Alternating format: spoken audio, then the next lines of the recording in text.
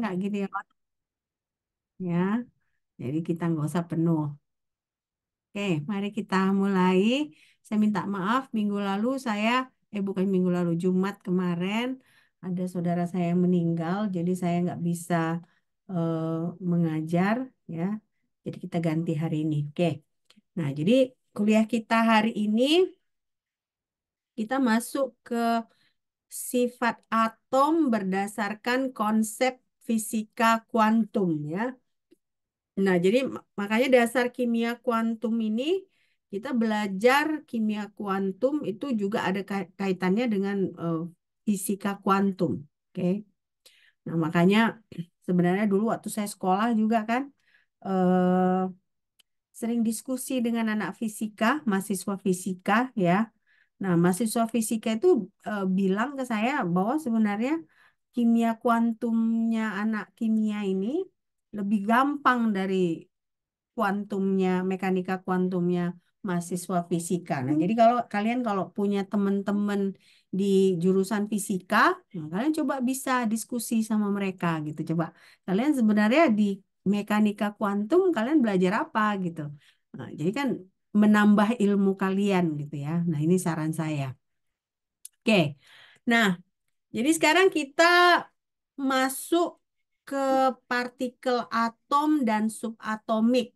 Nah, jadi dari sejak zaman dulu, ya kan, sebenarnya filsuf Yunani ini sudah menyatakan bahwa ada partikel kecil yang tidak bisa dipegang gitu. Yang maksudnya tidak bisa kita amati dengan mata. Ini partikel kecil itu disebutkan sebagai blok penyusun materi. Ya, ini dimulai dari filsuf Yunani Leucippus ya, Leucippus dari Miletus dan Demokritus. Jadi ini benar-benar abad kelima sebelum Masehi. Ya, abad kelima sebelum Masehi. Oke. Nah, atom sendiri itu disebutkan oleh John Dalton. Nah, John Dalton itu mengembangkan si teori filsuf Yunani itu menyatakan bahwa ada atom namanya. Kalau kalau filsuf Yunani menyatakan bahwa ada partikel kecil gitu ya, tidak disebut sebagai atom. Nah, si John Dalton ini menyatakan bahwa ada yang namanya atom. Nah, atom ini menurut si John Dalton itu eh, mengikuti hukum proporsi pasti dan ganda. Jadi kalau kalian ingat di kimia umum ya ada hukum Dalton. Nah, hukum Dalton itu ada disebut sebagai hukum proporsi yang pasti dan ganda. Oke, hukum proporsi yang pasti dan ganda. Oke, nah ini kita lihat, kita perhatikan. Ada NO2, ada NO, ada N2O. Nah, jadi kalau kalian lihat di sini, eh, kalau yang NO2, dia persen N-nya itu adalah 29,5. Nah, sementara persen O-nya adalah 70,5. Nah, yang ini yang NO, sorry yang NO. Nah, sementara yang NO2, nah dia persen N-nya itu adalah 44,05, sementara persentase O-nya adalah 55,95. Nah, N2O, dia persen N-nya adalah 63,30, lalu persen O-nya adalah 36,70. Jadi kalian lihat di sini, dia eh, proporsinya pasti dan ganda. Kalau kalian lihat di sini rasionya adalah 0,418, lalu yang kedua rasionya adalah 0,787.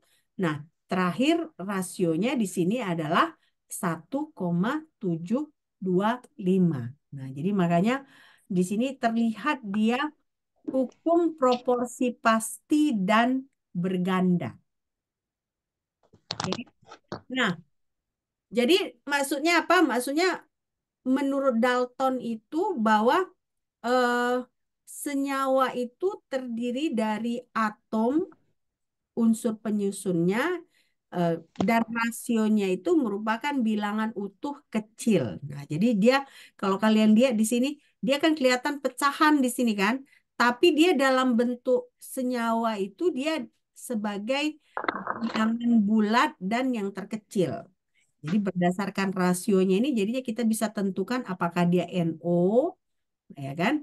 Atau apakah dia NO2, ya, atau apakah dia N2O. Oke. Nah, ini kita lihat. Tapi kan si Dalton itu sebutkan atom, atom, atom, tapi tidak pernah disebutkannya pernah dia lihat gitu ya. Nah, atom itu baru bisa kita lihat setelah keluar setelah ada ditemukan mikroskop namanya scanning tunneling microscopy ya. Nah, ini dia gambarnya. Nah, ini ada tulisan ini IBM ya. Kalau kalian lihat di IBM. Nah, ini jadi si STM itu ditemukan oleh IBM. Nah, apa ini yang di permukaan ini? Ini dia atom xenon. Jadi yang biru ini adalah atom xenon pada permukaan nikel 110. Jadi artinya atom itu seperti ini yang terlihat jika kita menggunakan STM. Nah, jadi kalau kita kan tadi awalnya si partikel kecil itu kan abad kelima sebelum Masehi, lalu Dalton itu mungkin abad ke-19 gitu ya. Nah, setelah si IBM ini menemukan STM itu tahun 1980-an. Nah, jadi dia rentangnya sekitar lebih dari 2000 tahun baru kita bisa melihat bentuknya atom itu seperti apa. Oke. Nah, sekarang kalau kita lihat atom, benar nggak statementnya Dalton kalau atom itu yang paling kecil? Benar nggak? Menurut kalian benar nggak? Hah? Belum, Benar. belum, Mem. Belum benar. Belum benar ya. Belum Kenapa benar, belum Mem. benar? Kenapa nggak benar atom itu yang paling kecil? Karena masih ada inti nukleus, Mem. Karena ada inti nukleus. Jadi karena ada namanya subatomic particle. Nah, jadi makanya eh, atom itu memang kecil, tapi atom itu bukan yang paling kecil karena dia masih ada lagi bagian dari atom, ada proton, ada neutron, ada elektron. Nah, jadi makanya atom itu ada lagi bagiannya. Nah, siapa yang menyelidiki bagian dari atom itu diawali oleh Ernest Rutherford. Ernest Rutherford itu tahun 1911 melakukan penelitian. Bagaimana penelitiannya? Penelitiannya dia menggunakan emas, lempeng emas ya. Lalu si lempeng emas itu dibombardir dengan partikel alfa bermuatan positif yang menggunakan sumber radioaktif ya. Kalau kita lihat kan, jadi apa yang terjadi? Yang terjadi itu ada sumbernya itu yang melewati si lempeng ini. Ada lagi sumbernya itu yang mental dari lempengnya. Lalu ketika dia melewati lempeng itu ada dia yang mempunyai eh, dia bergerak bergerak bukan lurus tapi dia ke arah positif. Oh, ada yang ke arah negatif. Nah, itu artinya apa? Artinya bahwa memang atom itu bukan yang paling kecil. Nah, jadi ada muatannya. Nah, ada muatan positif yang besar pada si atom ini, ya. Nah, ini gambarnya kalau kalian lihat. Kelihatan nggak? Kelihatankah? Kelihatan, Mem. Kelihatan ya. Nah, ini kan dia kita punya radium ya. Radium itulah tadi sumber radioaktifnya. Nah, radium ini bisa memancarkan partikel alfa. Nah, lalu kita punya di sini lempeng emas ya kan. Nah, ketika si radium ini dipancarkan ke sini, kalian lihat ada dia yang membal, ya kan? Ini kan berarti kan dia membal. Nah, dia nggak melewati si lempeng. Ada yang melewati lempeng, tapi tidak searah. Nah, ada dia yang lurus, nah, ada dia juga yang ke arah atas, nah, ada dia yang ke arah bawah. Nah, artinya apa? Artinya berarti eh, si atom dari si emas ini, ya, pada atom yang emas ini ada dia yang neutral, ya, nggak bermuatan, ada dia yang bermuatan positif, ada dia yang bermuatan negatif. Lalu dia ada positif yang besar pada si atom ini. Nah, jadi ini yang membuktikan kalau atom itu bukan paling kecil, ya, bukan paling kecil. Nah, jadi ini kan ada bandingannya. Ini kalau kalau si Rutherford itu menyatakan bahwa sama seperti yang Dalton bilang, harusnya dia lewat-lewat aja. Nah, tapi ternyata si Rutherford itu dia mengamatinya, dia ada yang bermuatan positif, lalu ada yang netral, dan ada juga yang bermuatan negatif. Makanya elektron, neutron, dan proton. Ya, nah ini dia secara jelasnya eh, yang bisa kita lihat dari si percobaan Rutherford. Ya, coba kalian perhatikan dulu sebelum kita lanjutkan. Sudah? Sudah di screenshot? Sudah, Mem. Oke. Nah, jadi kalau model-modelnya si Thomson benar, harusnya lewat-lewat aja gitu kan. Nah, ternyata modelnya nggak benar gitu ya. Thomson itu kalau kalian ingat kan J.J. Thomson menyatakan bahwa eh, atom itu seperti coklat cookie. Nah, coklat cookie itu bagaimana? Coklat cookie itu kan dia di atasnya itu ada kayak coklat-coklat bertaburan di permukaan. Nah, kalau misalnya dia mengikuti model Thomson itu dia seperti ini, dia lewat-lewat aja. Nah, ternyata nggak seperti itu ya. Artinya apa? Jadi artinya atom itu tidak hanya bermuatan, ada muatan negatifnya yaitu elektron, dan dia bukan di permukaan seperti yang dinyatakan si Thomson. Nah, tapi dia juga ada muatan positif yang besar pada center dari atom itu, nah, yaitu si proton, tapi dia juga ada yang netral yaitu neutron, ya. Oke. Nah, jadi ini yang kita bisa kita lihat bahwa ada yang dibelokkan, nah, dibelokkan gini, nah, berarti artinya apa? Di tengah-tengahnya ini ada muatan positif yang besar, ya. Nah, jadi ini bisa benar hanya jika muatan positif jauh lebih besar dari partikel alfa. Oke, saya kasih kesempatan kalian mengamati, ya. Lanjutkan. Sudah? Sudah, Mem. Ya. Oke. Nah, tapi ternyata yang itu semua yang Dalton, J.J. Thomson, Rutherford, nah itu juga belum 100% tepat ya. Yang tepat itu kalau dia model atom nuklir. Nah, model atom nuklir itu berarti kita misalnya ada dia eh, muatan elektron, nah si elektronnya ini dia mengelilingi ya, ada orbitnya. Nah, mengelilingi dari si atom. Nah, sementara nukleusnya itu dia hampir menguasai pusat nukleus dari jadi proton dengan neutronnya itu hampir menguasai nukleus dari si atom tersebut. Nah, jadi makanya di sini ada model nuklir. Contoh atom yang paling sederhana itu adalah atom hidrogen. Nah, atom hidrogen itu nilai Z-nya sama dengan satu, ya, nilai Z-nya sama dengan satu. Nah, ini artinya apa? Berarti ada elektron tunggal di luar proton dengan muatan positif elektron, ya, muatan elektron.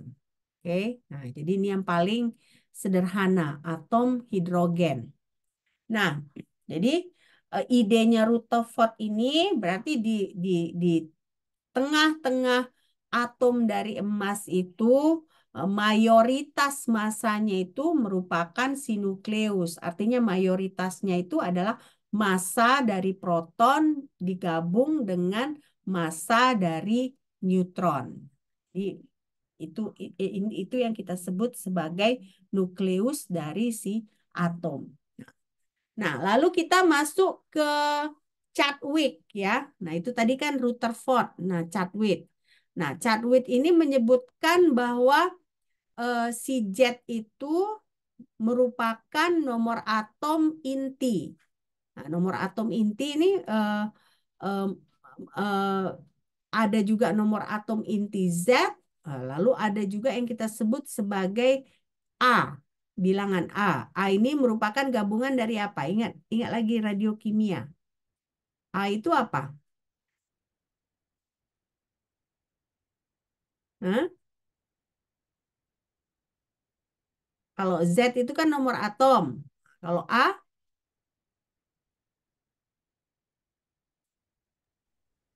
gabungan antara proton dan neutron ya. Nah, gabungan antara proton dan neutron ada di sini loh. Kalian tinggal baca, ya kan? Nah, lalu diameter diameter intinya itu adalah 10 pangkat negatif 15 meter ya. 10 pangkat negatif 15 meter. Oke. Nah, kalau perilaku nukleus ini berarti dinyatakan dia dari perspektif atom dia 10 kali 10 pangkat 5 kali lebih besar. Nah, jadi berarti artinya apa? Artinya massa dari atom itu didominasi oleh massa dari proton dan neutron. Jadi massa dari si atom didominasi oleh massa dari proton dan neutron. Nah, lalu kita kan tadi udah belajar apa aja tadi? Apa aja? Dalton, lalu siapa lagi? Dalton, Thomson, Rutherford, baru Chadwick. Chadwick. Nah, ini lalu kita masuk ke Murray-Gell-Mann. Nah, Murray-Gell-Mann. Nah, Murray-Gell-Mann ini menyatakan bahwa proton dan neutron itu terbuat dari 3 quark. Nah, quark itu dia komposisinya UUD atau UDD. Nah, jadi kalau U itu berarti dia eh, quark atas, yang ke atas dia posisinya, ya. Lah, lalu kalau quark bawah dia ke bawah arahnya. Nah, quark atas itu muatannya adalah plus 2/3 elektron. Sementara quark bawah itu negatif 1/3 ya. Nah, ini kalian udah pernah dengar belum? Quark, quark. Udah pernah dengar sebelumnya? Belum ya. Nah, jadi maksudnya gini, kan tadi kita bilang kalau Dalton bilang atom yang paling kecil. Nah, tapi ternyata nggak benar kan? Nah, dari percobaan Rutherford itu nggak benar karena ada apa? Ada elektron, ada proton, ada neutron. Nah, si Murray Gell dan Mann ini dia menyatakan lebih dalam lagi bahwa proton dan neutron itu terdiri dari 3 quark, ya. Nah, jadi dia bisa UUD, U itu berarti dia yang positif 2/3 sementara D itu negatif 1/3 Nah, quark ini dia tidak bisa diisolasi. Nah, jadi hanya kita bisa tahu bahwa dia ada berdasarkan fenomena. Oke, udah selesai dicatat? Udah? Oke. Udah ya. Sudah mau. Oke, nah ini dia quark itu. Quark itu kalau proton dia itu UUD. U itu yang kemana? U yang ke atas kan? Nah, dia positif 2/3 Berarti kalau makanya dia jadinya eh, ya sepertiga gitu ya. Nah, sementara kalau neutron itu dia UDD. Nah, UDD, U-nya itu positif 2/3 dikurang sepertiga, dia jadi nggak muatannya nol ya kan. Makanya kita selalu, kenapa kita bilang neutron itu nol? Karena dia terdiri dari quarknya itu yang satu positif, dua yang negatif. Akibatnya dia netral. Tapi sementara proton itu kan UUD, berarti kan 4/3 dikurang sepertiga dia jadi positif. Makanya kita selalu sebut proton itu muatannya positif. Nah, jadi yang menentukan itu berdasarkan dia ya ini quark ini ya. Nah, saya rasa ini kalian baru baru baru kali ini kalian mendengar ini ya. Nah, karena memang ini adalah bagian kita mempelajari dasar kimia kuantum. Jadi menyatakan bahwa sebenarnya Dalton itu memang keliru. Nah, awalnya keliru hanya karena ada subatomik. Bahkan setelah dipelajari lagi Murray, Gell, dan Mann ini bahwa ada lagi bagian dari si proton dan neutron yaitu quark yang menyebabkan proton ini dia positif, sementara neutron ini neutral. Oke, nah, jadi quark ini tidak pernah bisa diisolasi. Dia ini bisa hanya terlihat, ya, terlihat karena apa? Karena dia seperti medan magnet aja dia. Jadi dia bisa diamati karena dia seperti seperti medan magnet. Nah, jadi sejauh ini sampai saat ini elektronlah yang merupakan partikel dasar yang bisa dipisahkan. Nah, di bawah dari elektron ini yaitu quark nggak bisa dipisahkan karena dia dia kita bisa tahu dia ada tetapi dia hanya dalam bentuk monopoles magnetik ya.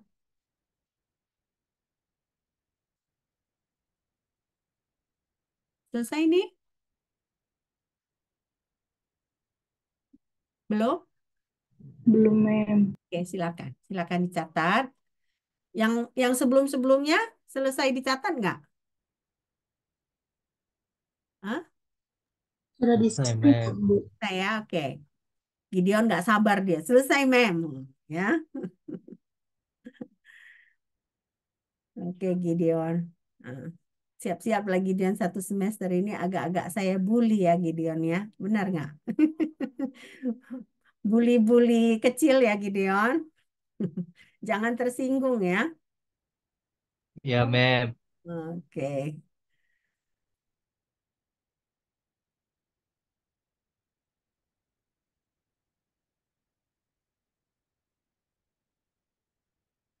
Oke, coba kita kita apa kayak ini kita review apa yang kita pelajari hari ini. Ada yang bisa jelaskan ke saya apa yang kita pelajari hari ini? Hmm? Coba ada yang bisa Saya, menjelaskan. Mem. Oh, oke Gideon. Nah, Gideon ternyata mendengarkan. Oke, apa Gideon? Apa yang kita pelajari hari ini?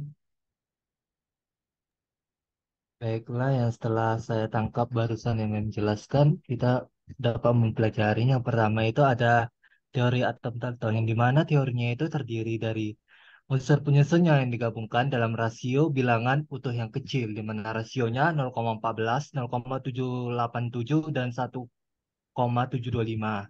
Yang Mm-mm. kedua, ada yang menyelidiki interior atom yang ada masif positif charge-nya yang dimana sebagian besar partikel alfa berenergi tinggi melewati foil emas.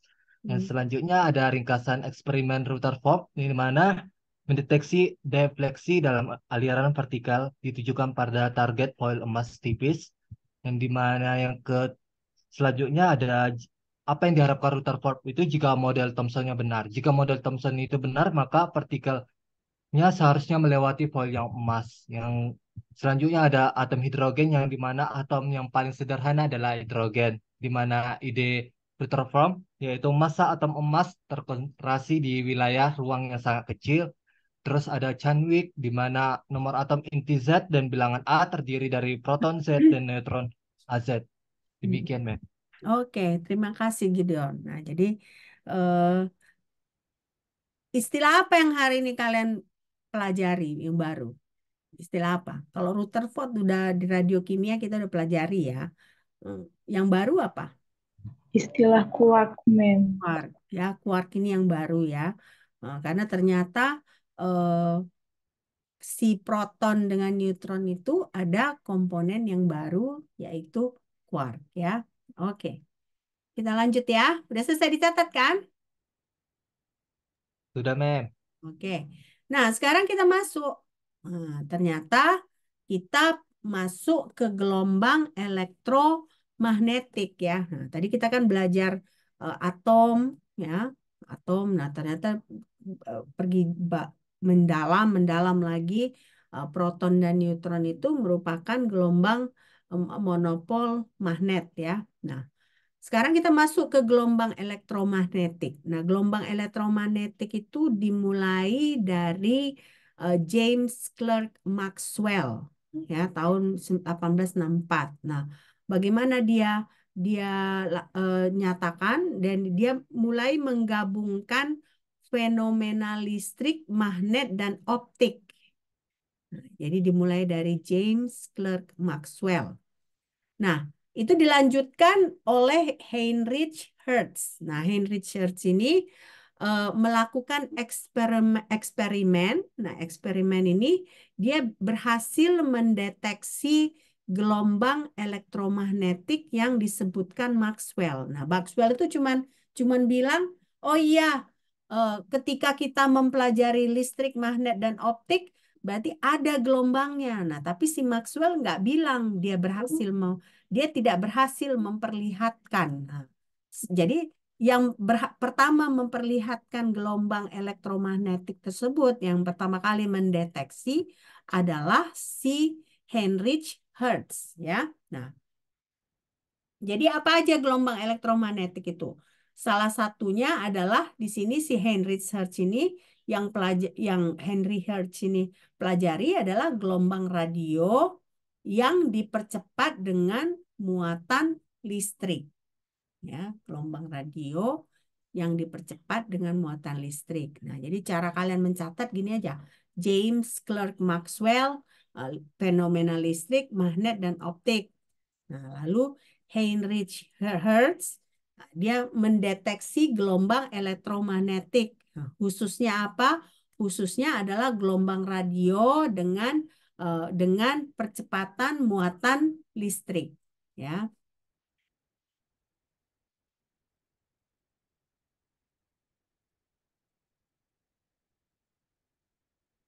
oke, selesai ini.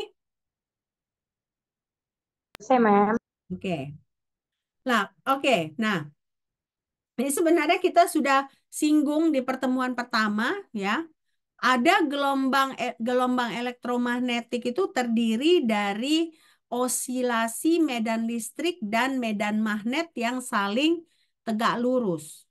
Nah, jadi ada E dan B. E itu adalah medan listrik, sementara B adalah medan magnet. Jadi kalau diosilasi, nah hasilnya seperti ini ya, terosilasi dia. Oke, nah inilah dia osilasinya, tapi dia menuju ke satu arah. Nah, jadi kalau kalian ingat minggu lalu itu kan 2 minggu yang lalu, nah osilasinya itu dia merupakan hasilnya dia nanti terjadi interferensi, ya kan? Nah, interferensi sehingga ada yang gelap, ada yang terang. Nah, makanya ada proses difraksi, ya. Nah, proses difraksi itu merupakan hasil dari osilasi gelombang elektromagnetik antara medan listrik dan medan magnet. Nah, jadi kita mulai masuk kita sedikit perhitungannya. Jadi kalau kita misalnya punya gelombang, ya, berarti jarak antara dua maksima itu yang kita sebut sebagai lambda, panjang gelombang. Nah, sementara yang kedua kita punya frekuensi lambangnya itu V. Nah, V ini adalah selama 1 detik itu berapa jumlah osilasinya pada satu bidang ya. Nah, tentunya pada satu bidang.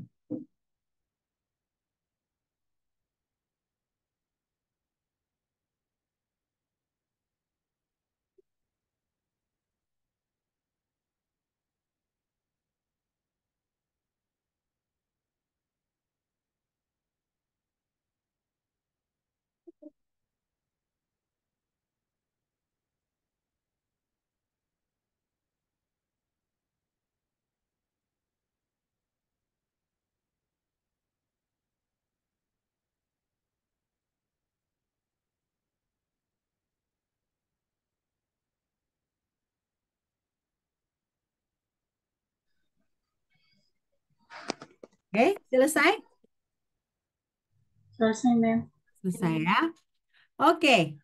Nah, sekarang kalau kita misalnya kita inverskan frekuensi, itu kita sebut sebagai perioda.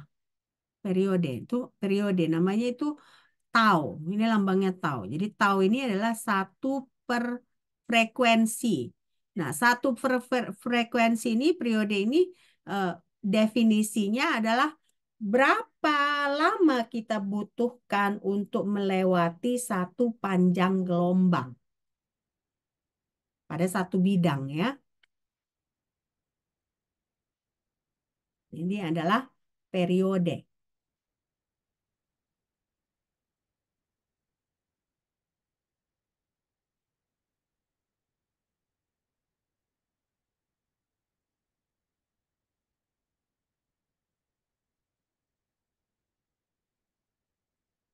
Oke, selesai ini? Selesai, Mem. Oke. Nah, jadi masuklah kita ke rumus yang ini. Jadi lambda sama dengan C tau. Ya, C tau. Atau lambda V sama dengan C. Nah, ini persamaan satu. Di mana V itu apa tadi? Frekuensi yang satuannya adalah Hertz atau jumlah osilasi per detik. Nah, C itu adalah kecepatan cahaya. Kecepatan cahaya. Nah, dia biasanya berlaku untuk semua gelombang elektromagnetik dalam ruang hampa. Nah, jadi kalau kalian bilang C itu sebenarnya dia nomornya, angkanya bukan 3 kali 10 pangkat 8 ya, akuratnya. Akuratnya adalah 2,9979 kali 10 pangkat 8 meter per detik ya.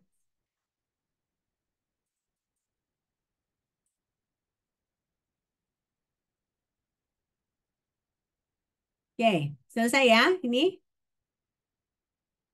Selesai belum? Saya kasih waktu. Hah? Selesai belum? Sudah, Mem. Udah ya. Oke. Nah, sekarang ini jenis-jenisnya. Jenis-jenis radiasi elektromagnetik. Kita sebut sebagai sinar gamma, sinar X, ultraviolet, cahaya tampak, ya, infrared, microwave, gelombang radio. Jadi kalau kalian pasang radio itu, ada gelombang radio, nah itu gelombang elektromagnetik. Nah, sinar gamma itu ya contohnya kalau kalian misalnya keluar gitu di matahari, matahari itu banyak mengeluarkan sinar gamma. Nah, lalu misalnya sinar X itu ya kalau kalian berobat ya, misalnya kalian ada mau mengecek paru-paru kalian gitu kan, nah, itu bisa menggunakan sinar X. Sementara ultraviolet, cahaya tampak, infrared. Nah, ini biasanya kita pakai untuk analisa karakterisasi material kita ya kan UV vis, FTIR. Nah, itu menggunakan gelombang elektromagnetik. Nah, kalau microwave kalian pakai biasanya untuk memanaskan makanan ya kan. Kalau kalian punya microwave itu kan berarti si microwave itu memakai gelombang elektromagnetik agar makanan yang kita masukkan ke dalam microwave itu bisa hangat ya. Nah, biasanya microwave ini karena dia menggetarkan atom ya kan secara meluruh biasanya 1 menit pun itu udah panas makanan kita. Jadi makanya inilah jenis-jenis dari gelombang elektromagnetik. Nah, biasanya ini semua tiap gelombang elektromagnetik ini panjang gelombangnya spesifik. Nah, jadi berbeda panjang gelombang tiap-tiap gelombang elektromagnetik ini. Nah, ini dia. Kalau kalian perhatikan lebih detail ya. Ini saya ambil dari Friedman lalu Kaufman ya tahun 2001. Nah, kalian bisa lihat ini kan gamma rays itu ini uh, panjang gelombangnya, X-ray ini. Nah, yang tampak yang apa yang gelombang tampak ya visible uh, ini. Lalu ada lagi ultraviolet ya kan. Ultraviolet dia di sini. Nah, ini visible ya. Nah, lalu ada ini microwave. Nah, lalu ada gelombang radio. Nah, berarti gelombang radio yang di sini yang dia paling panjang, gelombangnya lebih panjang dibandingkan gelombang elektromagnetik yang lain. Oke. Nah, sekarang kita masuk ke tiga kegagalan fisika klasik ya, tiga kegagalan fisika klasik. Nah, kenapa kita perlu mempelajari ini? Karena ada tiga hal pada fisika klasik yang tidak bisa dijelaskan. Ya, apa aja itu? Nah, ternyata tiga hal ini hanya bisa dijelaskan dengan menggunakan prinsip mekanika kuantum. Nah, apa aja itu? Yang pertama kita memulai dulu. Kita mulai dulu apa itu fisika klasik. Nah, fisika klasik itu dimulai kalau kalian ingat dulu pelajaran SMA dia diajarkan oleh Isaac Newton ya. Nah, Isaac Newton ini menerbitkan buku namanya Principia. Nah, Principia tahun 1687. Nah, si Newton ini menjelaskan tentang gravitasi, gravitasi dan gerak ya. Nah, jadi itulah yang bisa dijelaskan oleh fisika klasik. Berarti kan dia lebih ke makro ya. Nah, kalau dari sisi makro yang kita bisa lihat, yang kita bisa pegang, nah, itu bisa dijelaskan oleh fisika klasik. Jadi bagaimana dengan teori kuantum? Jadi asal-usul teori kuantum itu dimulai dari gelombang elektromagnetik. Nah, gelombang elektromagnetik ini tidak bisa dijelaskan oleh fisika klasik. Ya, makanya muncul si teori kuantum. Ya, jadi itu awalnya. Jadi ketika kalau Newton itu kan dia hanya menjelaskan gerak, gravitasi. Kenapa kalau buah jatuh, dia jatuhnya ke bawah, nggak melayang gitu kan ya. Nah, itu dia bisa jelaskan memakai fisika klasik. Tapi begitu si Maxwell, ya kan Maxwell tadi mulai menyebutkan adanya suatu gelombang, ya, gelombang elektromagnetik, lalu si Heinrich Hertz bisa mengkarakterisasi si gelombang elektromagnetik dan itu semua nggak bisa dijelaskan oleh fisika klasik. Jadi yang pertama yang tidak bisa dijelaskan itu ada tiga hal yang tidak bisa dijelaskan. Yang pertama adalah radiasi benda hitam. Nah, radiasi benda hitam ini mulai disinggung oleh Max Planck tahun 1900. Nah, ini tidak bisa dijelaskan dengan fisika klasik. Nah, yang kedua adalah efek fotolistrik oleh Albert Einstein tahun 1905. Nah, yang terakhir, yang ketiga, dia adalah spektrum dari garis. Nah, jadi kalau kita punya suatu spektrum, nah dia itu ada garis-garisnya, ya kan? Misalnya hidrogen, hidrogen itu terdiri dari garis-garis spektrumnya. Nah, ini di, di, dikeluarkan oleh Niels Bohr pada tahun 1913. Nah, jadi tiga hal ini tidak bisa dijelaskan memakai fisika klasik.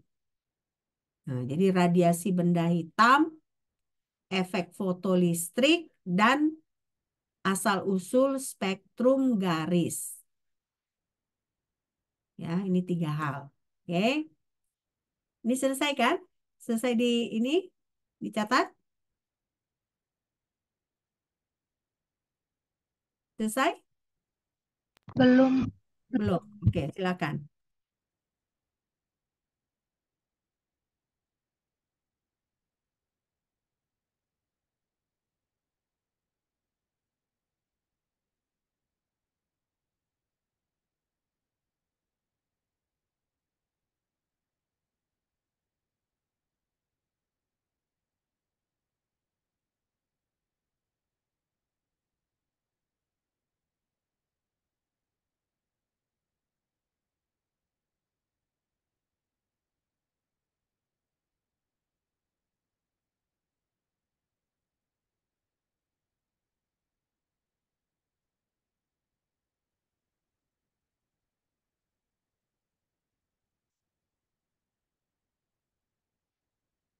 Oke, selesai?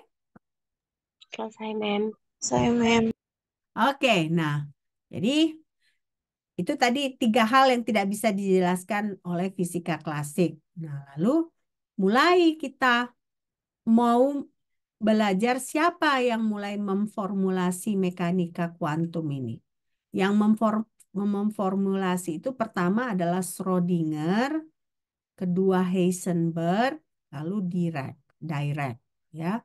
Nah, inilah eh, karya dari 3 orang inilah ya, 3 ahli ini yang menjelaskan tentang mekanika kuantum. Jadi makanya nanti berulang kali kalian akan dengar Schrödinger, Heisenberg, Dirac ya.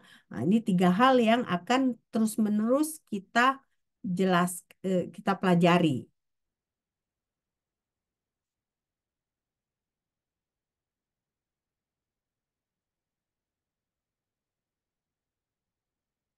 Oke, selesai? Selesai mem. Oke. Nah, jadi yang pertama tadi yang nggak bisa dijelaskan apa? Radiasi benda hitam. Apa itu radiasi benda hitam?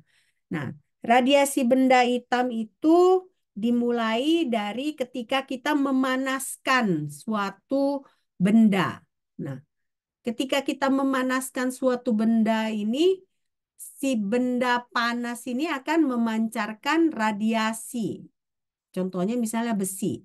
Besi itu kalau kalian panaskan, ya kan? Nah, jadinya dia berubah jadi merah, ya kan? Yang tadinya besi itu mungkin warna hitam lah gitu contohnya, dia jadi merah. Nah, lalu kita ubah misalnya suhunya, cahayanya itu akan berubah warna. Jadi artinya apa?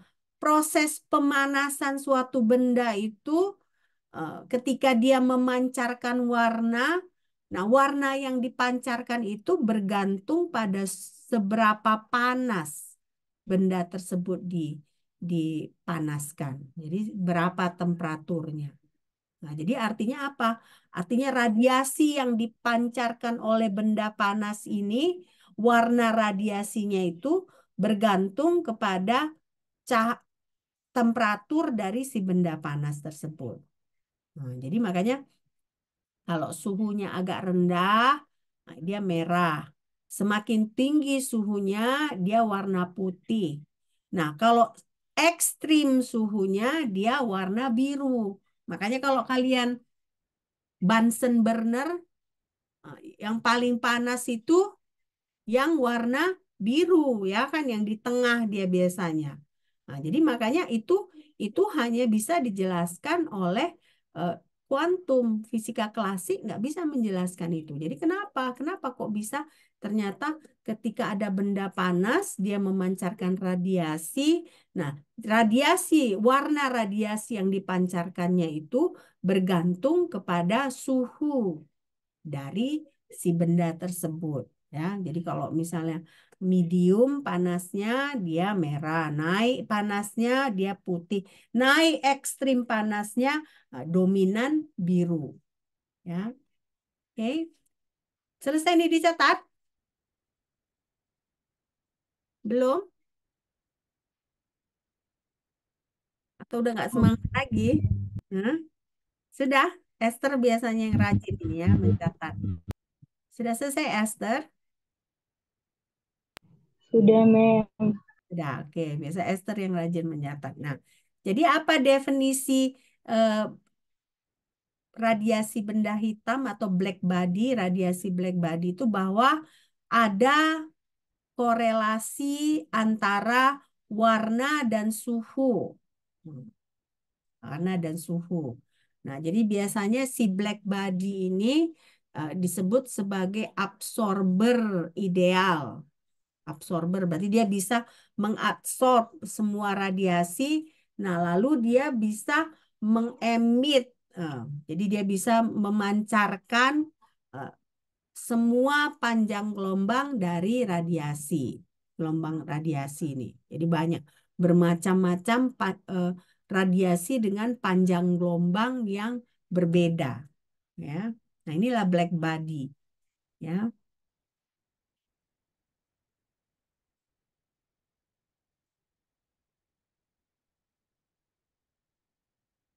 Oke, selesai ini?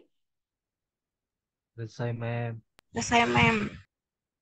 Oke. Nah, sekarang masuk kita hukum perpindahan Wien. Nah, kita pertemuan pertama ingat kalian sudah saya kasih sebenarnya soal ya, dan kalian bisa mengerjakannya. Nah, dia hukum perpindahan Wien. Nah, dia ini bisa kita tentukan bahwa warna dominan itu akan meningkat dengan suhu. Nah, hukum perpindahan Wien itu rumusnya adalah T lambda max sama dengan 2,898 kali 10 pangkat 6 nanometer Kelvin.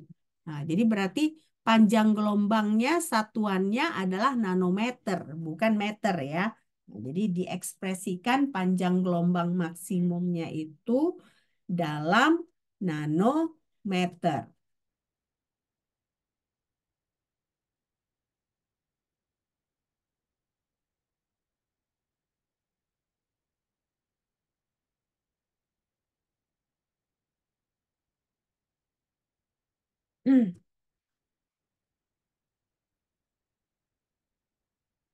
Nah, nanti saya akan berikan latihan ya untuk kalian, maksudnya kita kerjakan di Zoom ini supaya kalian bisa makin mengerti.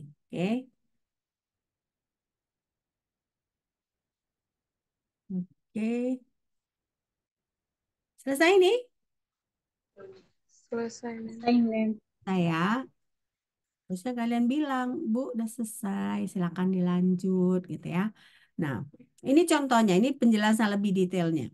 Nah, pada suhu kamar yang artinya 300 Kelvin, eh, panjang maksimum itu terjadi pada sekitar 10 milimeter. Nah, ini kita sebut wilayah inframerah. Nah, ini pada suhu kamar ya.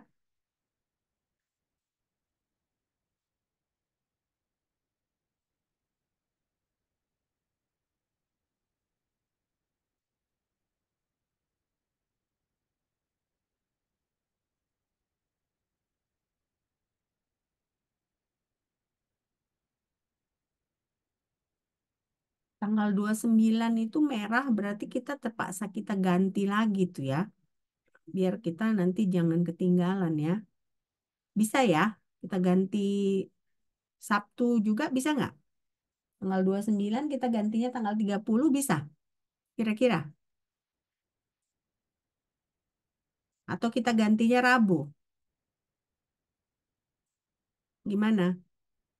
Ini kan tanggal 29 jadi kan mudah-mudahan minggu depan kita bisa selesaikan pertemuan 4 dan 5 ya kan? Nah, pertemuan 6 itu jatuh pada tanggal 29. Nah, itu kan libur. Apa mau kita majukan ke Rabu? Bisa nggak? Bisa, Mem. Bisa ya? Oke. Maksud saya biar biar kalian eh, tidak ketinggalan gitu ya. Oke. Nah, ini kita lihat. Nah, inilah dia radiasi benda hitam pada 3 suhu yang berbeda. Kalau kalian lihat di sini, pada suhu 5.800 Kelvin, dia panjang gelombangnya itu jatuh pada warna kuning. Ya. Nah, lalu ini panjang gelombang maksimumnya ya. Nah, lalu pada 2.000 Kelvin, dia jatuh pada warna biru.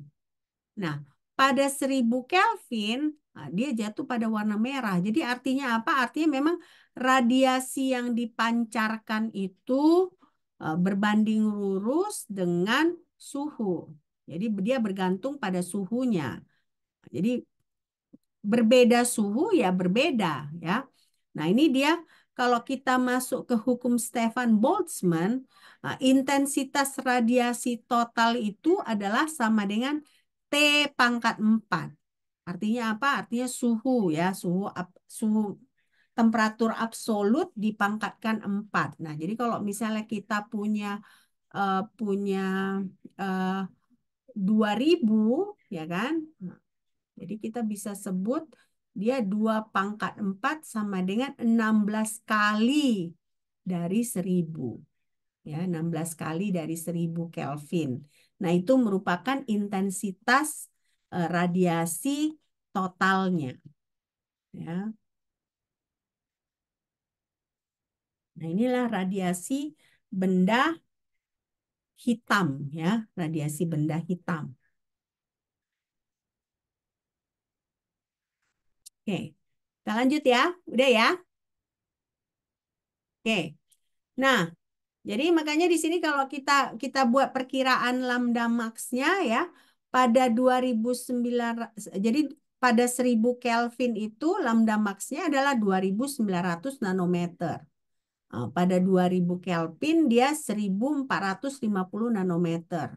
Lalu pada 5800 Kelvin dia pada 500 nanometer ya. Jadi semakin tinggi suhunya, semakin kecil panjang gelombangnya. Nah, matahari itu kan sangat-sangat panas ya. Nah, jadi biasanya di tengah-tengah matahari itu panjang gelombang yang dipancarkan itu adalah di antara 380 dan 750 nanometer. Nah, itu biasanya makanya mata kita itu menangkapnya sebagai cahaya putih karena panjang gelombang yang diradiasikan oleh tengah-tengah matahari itu adalah di sekitar 380 sampai 750 nanometer. Ya.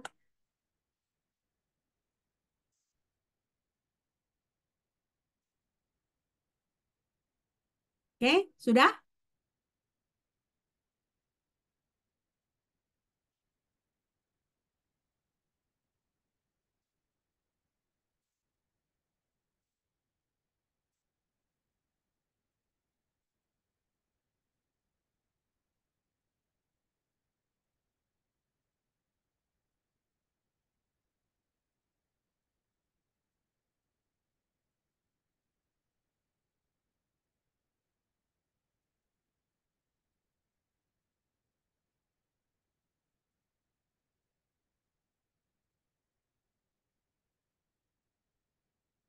Oke, selesai ya. Nah, lalu ada ini proposal dari Lord Rayleigh, Rayleigh ya. Nah, proposal dari Lord Rayleigh ini menyatakan eh, gelombang elektromagnetik ini merupakan kumpulan osilator dari semua frekuensi. Nah, jadi si Lord Rayleigh ini menyatakan bahwa gelombang elektromagnetik merupakan kumpulan dari osilator berbagai frekuensi.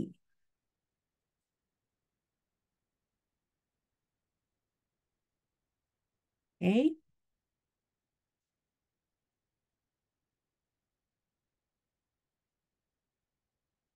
Nah, jadi maksudnya apa? Maksudnya kalau kita punya osilasi, ya kan?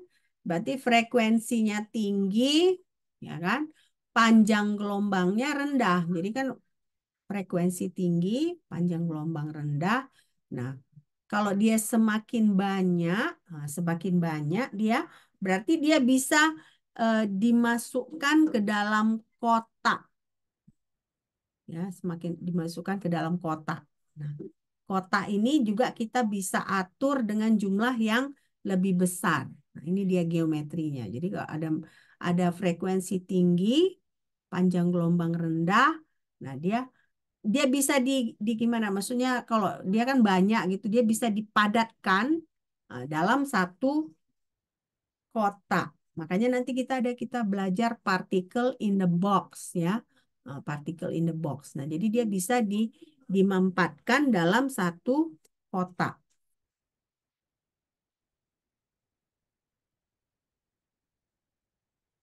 Inilah particle in the box itu ya. Nah, jumlah osilator ini kan dia bisa meningkat dengan cepat. Si osilator ini dia juga berkontribusi pada radiasi. Jadi makanya si osilator itu dengan radiasi ini itu yang kita sebut sebagai equipartition. Nah, equipartition. Nah, si equipartition ini hanya berlaku pada frekuensi yang rendah, ya, frekuensi yang rendah.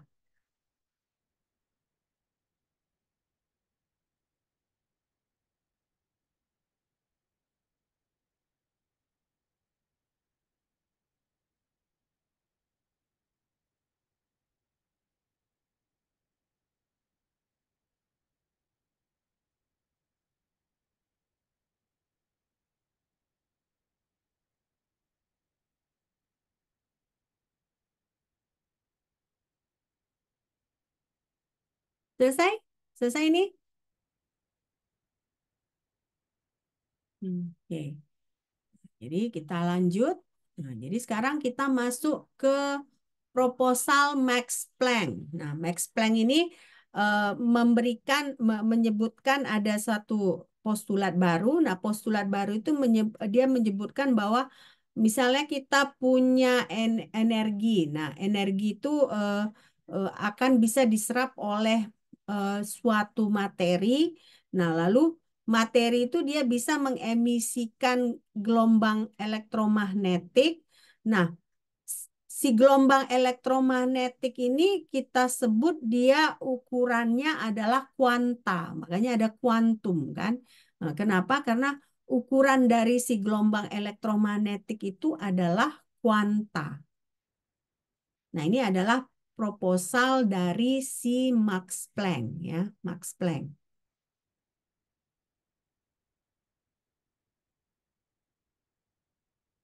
Nah, ini postulat baru. Jadi bahwa energi itu dia bukan kontinum ya. Nah, dia nggak kontinum si radiasi elektromagnetik itu dia tidak kontinum, tapi dia diskrit. Nah, dia terpisah seperti kuanta gitu ya.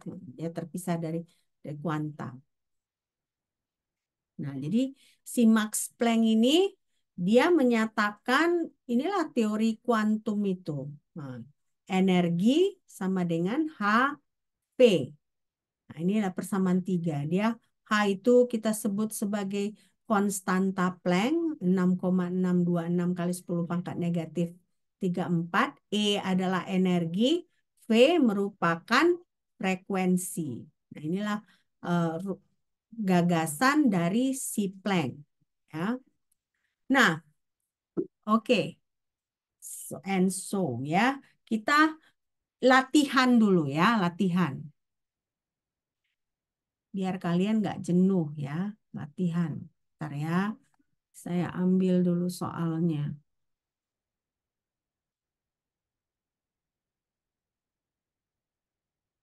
Udah lama kan nggak latihan-latihan soal kan? Dasar kimia kuantum kan?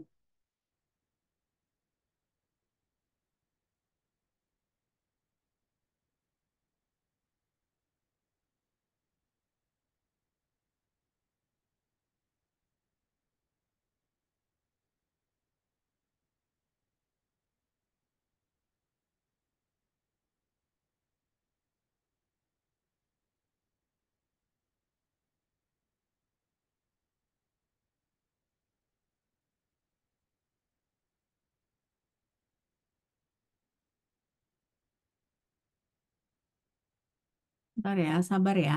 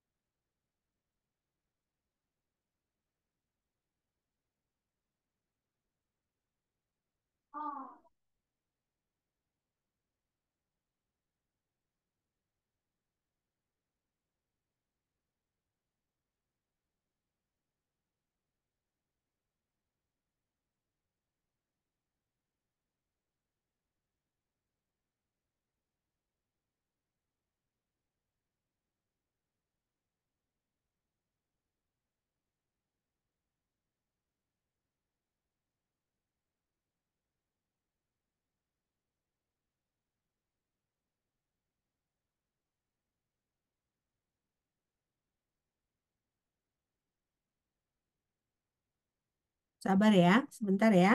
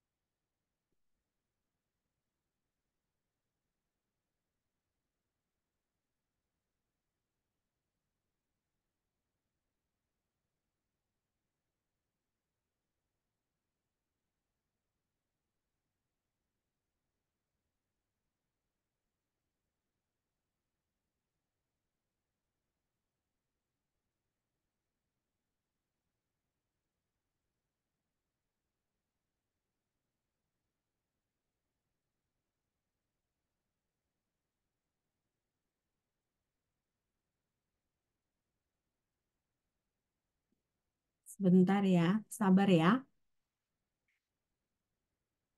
Ya, Mem.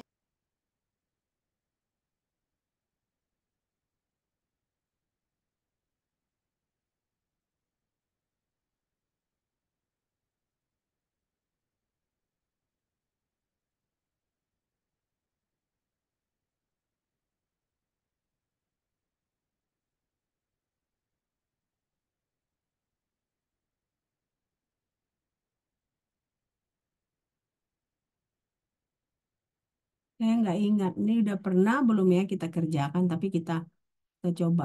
Mudah-mudahan belum pernah ya.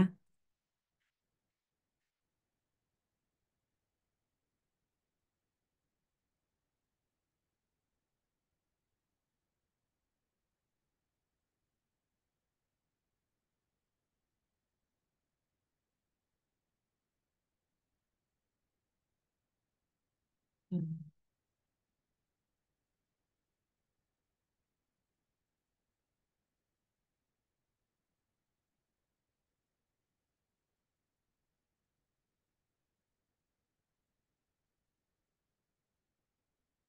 Coba, mudah-mudahan belum pernah kita kerjakan. Ini udah pernah kita kerjakan belum? Udah pernah belum? Radiasi di wilayah inframerah dinyatakan dengan eh, jumlah gelombang berarti frekuensi sama dengan 1/lambda. Nah, kalau misalnya nilai frekuensinya adalah 10⁻³ pangkat negatif 1 cm⁻⁻1. Nah, coba hitung nilai V-nya, nilai A-nya, dan nilai E-nya untuk radiasi di mana panjang gelombangnya adalah 10⁻³ eh, cm⁻⁻1. Coba kalian kerjakan. Belum pernah kalian kerjakan kan? Belum kan? Nah, coba coba Belum. kalian kerjakan dulu ya.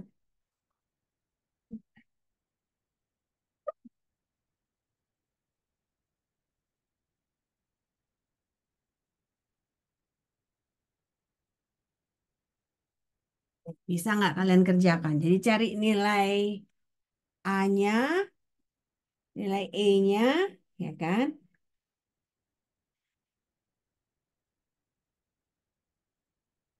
Oh, bukan A itu, panjang gelombang maksudnya. Coba cari nilai panjang gelombangnya. Yang A ini panjang gelombang ya, saya salah ketik.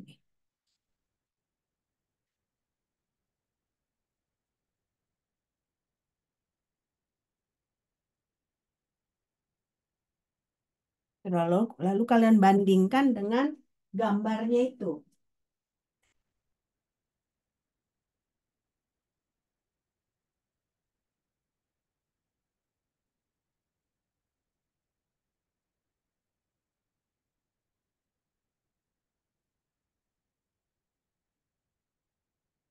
Coba, bisa nggak dikerjakan?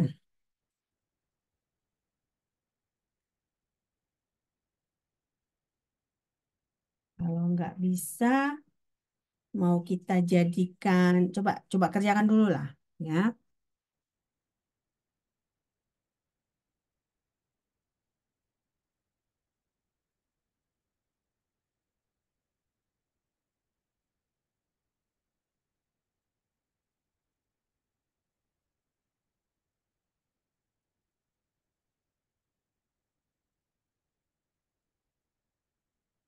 Nah, latihan ini saya ambil dari Macquarie ya.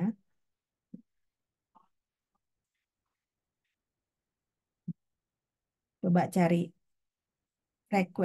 coba cari panjang panjang gelombangnya, lalu cari energinya gitu.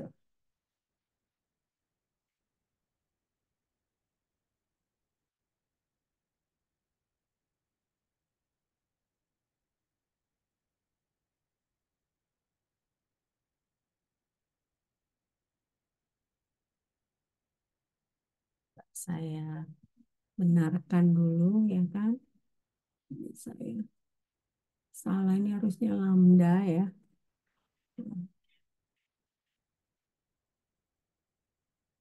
Lambda gimana cara nyarinya? Ayo, ada yang tahu? Lambda. Lambda bagaimana cara nyarinya? Kalau kita tahu eh, V ini, ya kan, ini sebenarnya tepatnya gini, saya salah. Tepatnya sebenarnya P-nya harus pakai tanda atas gini ya, ini P. P yang ada topinya sama dengan 1/lambda. Jadi tipikal dari V yang ada topi ini, ya kan? Tipikalnya itu adalah 10⁻³ ya, 10⁻³. Nah, 10⁻³ cm⁻⁻1. Nah, jadi kalian hitung V tanpa topi, lambda dan E untuk kecepatan radiasi. Ya, ini kecepatan kan berarti untuk V yang bertopi ini sama dengan 10 pangkat 3. Nah, coba kalian hitung.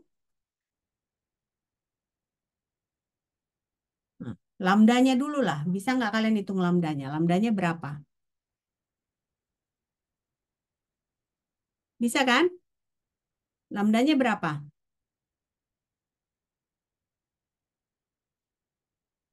Bagaimana? Kan lambda ini tinggal satu. Lambdanya kan berarti tinggal satu per apa? Satu per 10 P per pangkat 3. P topi itu kan?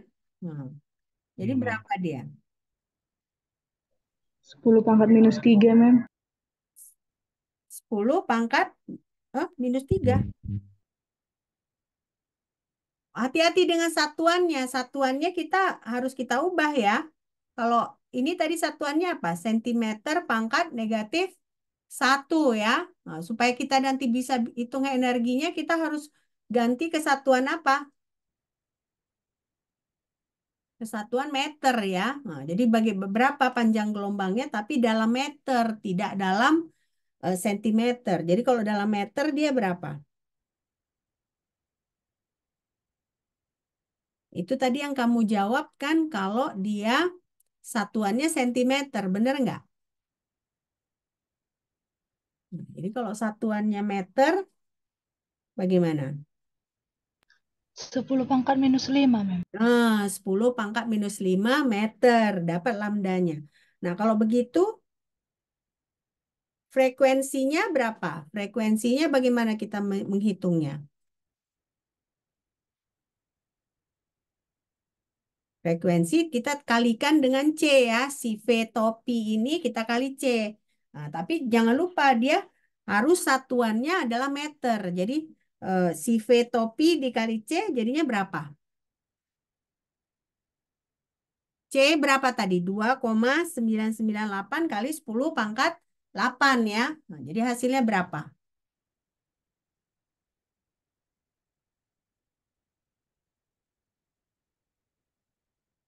Berapa hasilnya? Berapa hasilnya jadinya?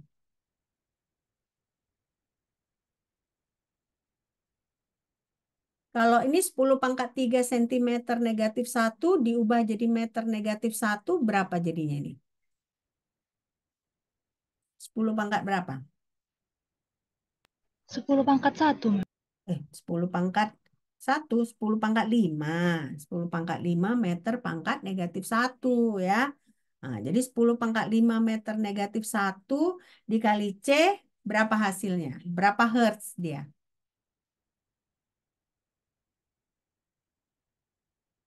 Berapa hertz?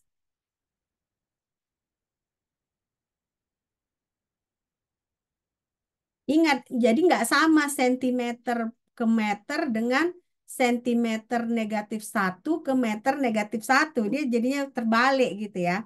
Makanya ini 10 pangkat 3 sentimeter negatif 1. Nah, itu sama dengan 10 pangkat 5 meter negatif 1. Nah, kebalikan dia jadinya. Ya, oke. Nah, jadi berapa frekuensinya? Nah, frekuensinya kan berarti C dikali V topi, ya, V topi. Nah, jadi berapa dia hasilnya? Berapa 2,998 kali 10 pangkat 8 meter negatif 1 meter per second dikali 10 pangkat 5 meter meter pangkat negatif 1. Berapa dia ini?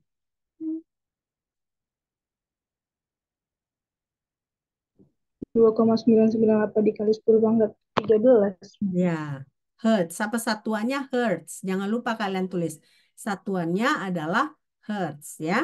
Oke, jadi kita udah tahu V, udah tahu lambda. Nah, E-nya berapa?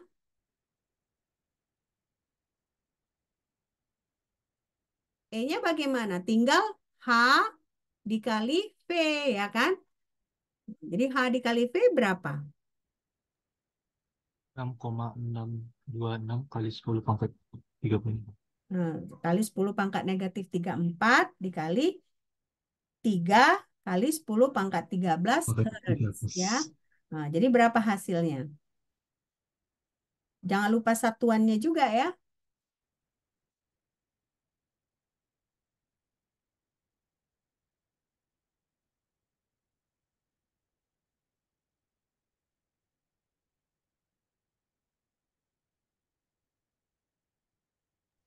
19,87 kali 10 pangkat minus 26, Mem. Hah? 19 kali 10 pangkat minus 26. Nggak salah itu. Iya, salah, Mem. Salah bentar, Mem. Salah kan? 19-nya mungkin 19,7-nya mungkin udah mendekati. Tapi kali 10 pangkat. Coba dihitung baik-baik. Rapi-rapi. Kali 10 pangkat minus 21, Mem. Nah, 21. 20 ya. Berapa? Depannya berapa? Iya, 21 kalau dia pakai 19. Tapi kalau dia jadi 2, ya kan? Nah, kalau dibulatkan lalu jadi 2 bisa kali 10 pangkat negatif 20. Nah, tapi 21 kenapa? Kenapa Gideon? kali 10 pangkat minus 21 nih. Berapa? 20. 19 kali 10 pangkat minus 21 kan? Iya, Mem. Nah, tapi kalau misalnya kita bulatkan 19 jadi 20, karena 19,7 tadi kan, bukan? Iya, Mem. Nah, jadi kalau kita bulatkan jadi 20 kali 10 pangkat negatif 21, kita bisa disederhanakan jadi 2 dikali 10 pangkat negatif 20. Benar nggak? Benar, Mem. Nah, ya, jadi hasilnya 2 dikali 10 pangkat negatif 20. Satuannya apa tadi? Joule. Ya, satuannya joule. Oke. Nah, inilah contoh-contoh soal untuk siapa ini tadi yang apa? Oke, contoh-contoh soal yang bisa kita pelajari. Oke, ada pertanyaan sampai di sini? Ada nggak? Oke, kalau nggak ada pertanyaan, sampai bertemu hari Rabu ya Gideon. Hari Rabu, mudah-mudahan saya nggak ada kerjaan lagi seperti minggu lalu, jadi kita bisa bisa ganti mata kuliah kita, pertemuan kita yang tertinggal. Oke, sampai jumpa minggu depan. Bye.